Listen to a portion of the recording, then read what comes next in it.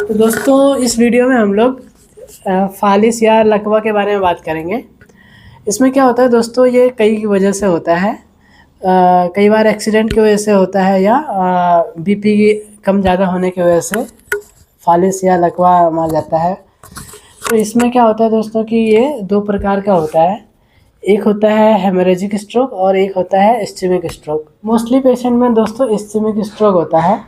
Ischaemic stroke आपको accident की वजह से होता है या फिर आपकी दिमाग की नसें जो सप्लाई करती हैं उनके दबने की वजह से आपको दिमाग के एक हिस्से में क्लॉटिंग हो जाती है, जिसकी वजह से आपको पैरालिसिस अटैक आता है। तो इसमें क्या होता है दोस्तों कि आपके एक साइड में वीकनेस हो जाता है, आपके फेस पे, हाथ पे और नीचे पैरों में वीकनेस महसूस होने लगता है। कई बार ज़्यादा स्ट्रोक होता है तो आपको महसूस ही नहीं होता है, बिल्कुल आप मूव नहीं कर पाएंगे। दूसरा हेमोरेजिक स्ट्रोक होता है। उसमें क्या होता है कि आपको ब्लड वेसल्स जो होती हैं ब्रेन की वो फट जाती हैं, इसकी वजह से आपको स्ट्रोक होता है। तो हेमोरेजिक स्ट्रोक दोस्तों आपको ब्लड प्रेशर कम ज़्यादा होने की वजह से हो जाता है। दोस्तों स्ट्रोक के लक्षण ये होते हैं कि आपको फेस में एक साइड वीकनेस और जॉ ड्रॉपिंग होने लगेगा या आपको निगलने में दिक्कत होगी, आपके हाथों में कमजोरी महसूस होगी, पैरों से आप खड़े नहीं हो पाएंगे।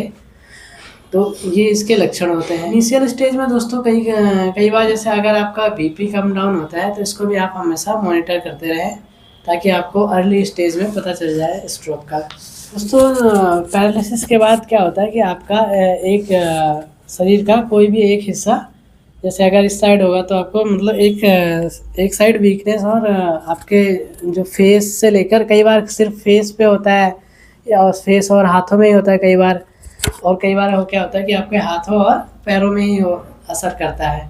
तो ये होता है कि पर्टिकुलर किस हिस्से में आपको क्लॉटिंग या नस फटी है, उसके अकॉर्डिंग आपको इसमें पैरालिसिस में महसूस होता है। तो इसके अर्ली स्टेज के इसके ट्रीटमेंट में क्या करें कि हम लोग, अगर आपको फालिस अटैक आता है तो सबसे पहले हॉस्पिटलाइज होंगे और वहाँ आपको नसों में, जो दिमाग की नसों में क्लॉटिंग ना होने की इंजेक्शन लगाया जाएगा और अर्ली स्टेज में आपको हॉस्पिटल में ट्रीटमेंट दिया जाएगा। देन उसके बाद ट्रीटमेंट का नेक्स्ट फेज़ होता है दोस्तों रिकवरी फेज़। उसमें दोस्तों आपको फिजियोथेरेपी बहुत इंपॉर्टेंट होता है। फिजियोथेरेपी में क्या करेंगे कि आपका पूरा न्यूरोलॉजिकल असेसमेंट लेंगे कि कौन कौन सी मसल्स वीक हैं, कहाँ कौन से मसल और जॉइंट्स में स्टिफनेस ज़्यादा है, तो उसके हिसाब से उसको आपकी एक्सरसाइज प्लान किया जाता है। तो एक्सरसाइज फिजियोथेरेपी में आपको अलग अलग फेज़ में डिवाइड कर दिया जाता है। तो पहले फेज़ में तो पहले अगर आपको बहुत ज़्यादा वीकनेस है, आप मूव भी नहीं कर पा रहे हाथों, तो इसमें इलेक्ट्रिक स्टिमुलेशन का यूज़ किया जाता है। उसके बाद अगर आपकी मसल्स एक्टिवेट हो जाती है, देन आप थोड़ा बहुत मूव करने लगते हैं, तो आपको एक्सरसाइज अपर लिम्ब की और लोअर लिम्ब की मूवमेंट एक्सरसाइज करवाएंगे।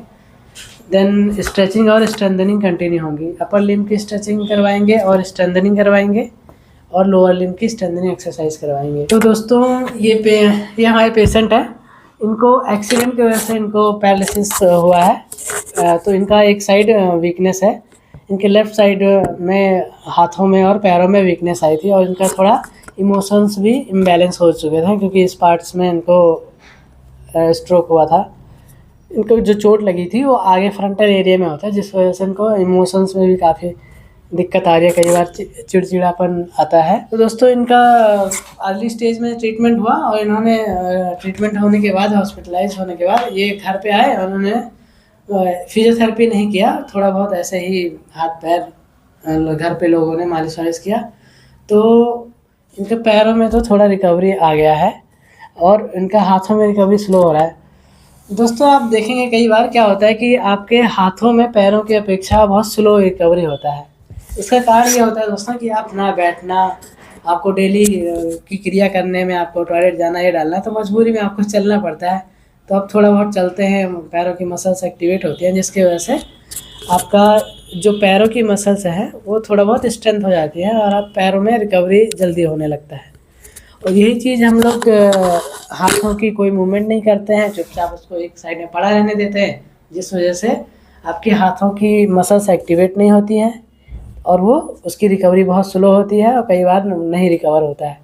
तो हम आपको इसमें आपको घर पे हाथों की क्या एक्सरसाइज होती हैं वो बताएंगे, जिससे कि आप हाथ का भी एक्सरसाइज घर पे करते रहें और हाथों का भी रिकवरी पैरों के साथ साथ होता रहे। तो आगे वीडियो में दोस्तों हम लोग हाथों की एक्सरसाइज जानेंगे कि कौन कौन सी एक्सरसाइज हैं जो आप घर पे कर सकते हैं। दोस्तों अब हम हाथ की एक्सरसाइज के लिए हाथ में एक वज़न लेंगे, इस जैसे कि आप डंबल या फिर डंबल अगर आपके पास नहीं है तो पानी का बोतल लेके इसको हाथ में पकड़ के और धीरे धीरे उठाना है। अगर आपकी जैसे ग्रिप मजबूत नहीं है तो आप दूसरे हाथ का सपोर्ट ले लीजिए और इसको धीरे धीरे ऐसे उठाना है। इसको डेली 10-10 का 2 बार करना है, 10-10 रिपीटेशंस का। दोस्तों ये एक्सरसाइज आपके बाइसेप्स और रिस्ट के मसल्स को मजबूत करेगी। दोस्तों अगली एक्सरसाइज हम शोल्डर फ्लेक्शन एक्सरसाइज करेंगे। इसमें वैसे ही पानी का बोतल या डंबल लेकर आप आगे की तरफ उठाएंगे और इसमें कोहनी सीधी होनी चाहिए, कोहनी मोड़ के नहीं उठाना है, कोहनी सीधी रख के ऊपर को उठाना है, फिर धीरे धीरे नीचे लेके आना है। अगर आप नहीं उठा पा रहे खुद से तो थोड़ा असिस्ट लेके धीरे धीरे करना है। ये 10 बार 10-10 का 2 बार करना है।